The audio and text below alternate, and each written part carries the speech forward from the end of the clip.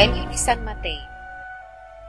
At nang siya'y bumaba mula sa bundok, ay sinundan siya ng lubhang maraming tao.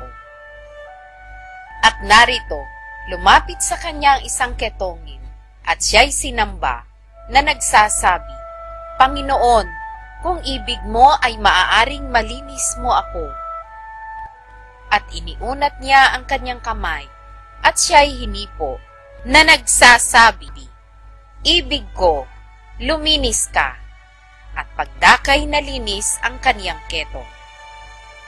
At sinabi sa kanya ni Jesus, Ingatan mong huwag sabihin kanino man, kundi humayo ka, pakita ka sa saserdote, at ihandog mo ang alay na ipinag-utos ni Moises, na bilang patotoo sa kanila. At pagpasok niya sa Capernaum, ay lumapit sa kanya ang isang senturyon na sa kanya'y namanhid. At nagsasabi, Panginoon, ang aking alila ay nararatay sa bahay, lumpo at lubhang nahihirapan. At sinabi niya sa kanya, Paroroon ako, at siya'y aking pagagalingin.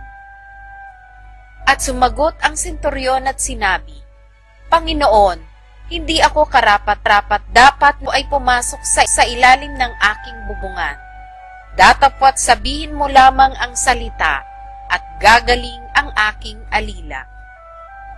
Sapagkat ako rin naman ay taong nasa ilalim ng kapamahalaan, na may nasasakupan akong mga kawal, at sinasabi ko rito, yumaon ka, at siya yumayaon, at sa isa, ika, at siya'y lumalapit, at sa aking alipin, gawin mo ito, at kanyang ginagawa. At nang marinig ito ni Jesus ay nagtaka siya, at sinabi sa nagsisisunod, Katotohanang sinasabi ko sa inyo, na kahit sa Israel man, ay hindi ako nakasumpong ng ganitong kalaking pananampalataya. At sinabi ko sa inyo, na marami ang magsisipang galing sa silanganan, at sa kalunuran, at magsisiupong kasama ni Abraham, at ni Isaac, at ni Jacob sa kaharian ng langit. Datapwat ang mga anak ng kaharian ay pawang itatapon sa kadiliman sa labas. Diyan na nga ang pagtangis at pagngangalit ng mga ngipin. At sinabi ni Jesus sa senturyon, Humayo ka ng iyong lakad, at ayon sa iyong pagsampalataya, ay gayon ang sa iyo'y mangyari. At gumaling ang kanyang alila sa oras ding yaon. At nang pumasok si Jesus sa bahay ni Pedro, ay nakita niya ang biyanang babae nito na nararatay dahil sa lagnat. At hinipo ang kanyang kamay at inibsan siya ng lagnat, at siya'y nagbangon at naglingkod sa kanya. At nang kinahapunan ay dinala nila sa kanya ang maraming inaalihan ng demonyo, at pinalayas niya sa isang salita ang masasamang espiritu, at pinagaling ang lahat ng mga may sakit. Upang matupad ang sinabi sa pamamagitan ng propeta Isayas, na nagsasabi, Siya rin ang kumuha ng ating mga sakit, at nagdala ng ating mga karamdaman. Nang makita nga ni Jesus ang lubhang matao sa palibot niya, ay ipinag-utos niyang tumawid sa kabilang ibayo. At lumapit ang isang kriba, at sa kanya'y nagsabi, Guro, susunod ako sa iyo saan ka man pumaroon. At sinabi sa kanya ni Jesus, May mga lungga ang mga zora, at may mga pugad ang mga ibon sa langit. Datapwat ang anak ng tao ay walang kahiligan ang kanyang ulo.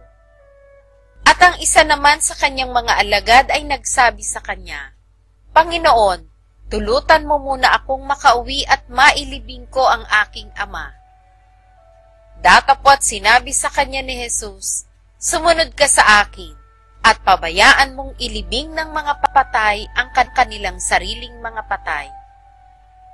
At pagkalula niya sa isang daong, ay sinundan siya ng kanyang mga alagad.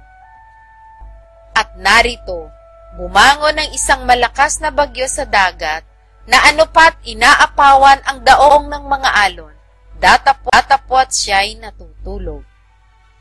At nagsilapit sila sa kanya at siya ginising na sinasabi, Panginoon, iligtas mo kami, kaming mga mamatay. At sinabi niya sa kanila, Bakit kayo'y nangatatakot o kayong kakaunti ang pananampalataya? Nang magkagayoy nagbangon siya at sinaway ang mga hangin at ang dagat at humusay na totoo ang panahon. At ang mga tao ay nangagtaka na sinasabi, Anong tao ito na maging ang mga hangin at ang mga dagat ay nagsisitalima sa kanya?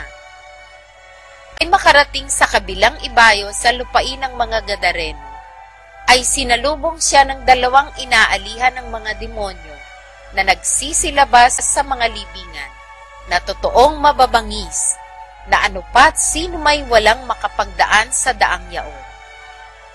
At narito, sila'y nagsisigaw na nangagsasabi, Anong aming ipakikialam sa iyo, ikaw na anak ng Diyos?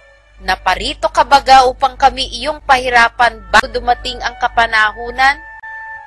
Sa malayo sa kanila ay may isang kawan ng maraming baboy na nagsisipanginain. At namanhik sa kanya ang mga demonyo na nangagsasabi, Kung kami palalayasin mo, ay paparoonin mo kami sa kawan ng mga baboy. At sinabi niya sa kanila, Magsiparoon kayo, at sila'y nagsilabas at nagsipasok sa mga baboy. At narito, ang buong kawan ng mga baboy ay nangapadaluhong sa bangin hanggang sa dagat at nangamatay sa tubig. At nagsitakas ang mga tagapag-alaga ng mga yaon at nagsitungo sa bayan at sinabi ang lahat ng mga nangyari at ang kinahinatnan ng mga inalihan ng mga demonyo. At narito, lumabas ang buong bayan upang sumalubong kay Jesus, at pagkakita nila sa kanya ay pinamanhikan siyang umalis sa kanilang mga hangganan.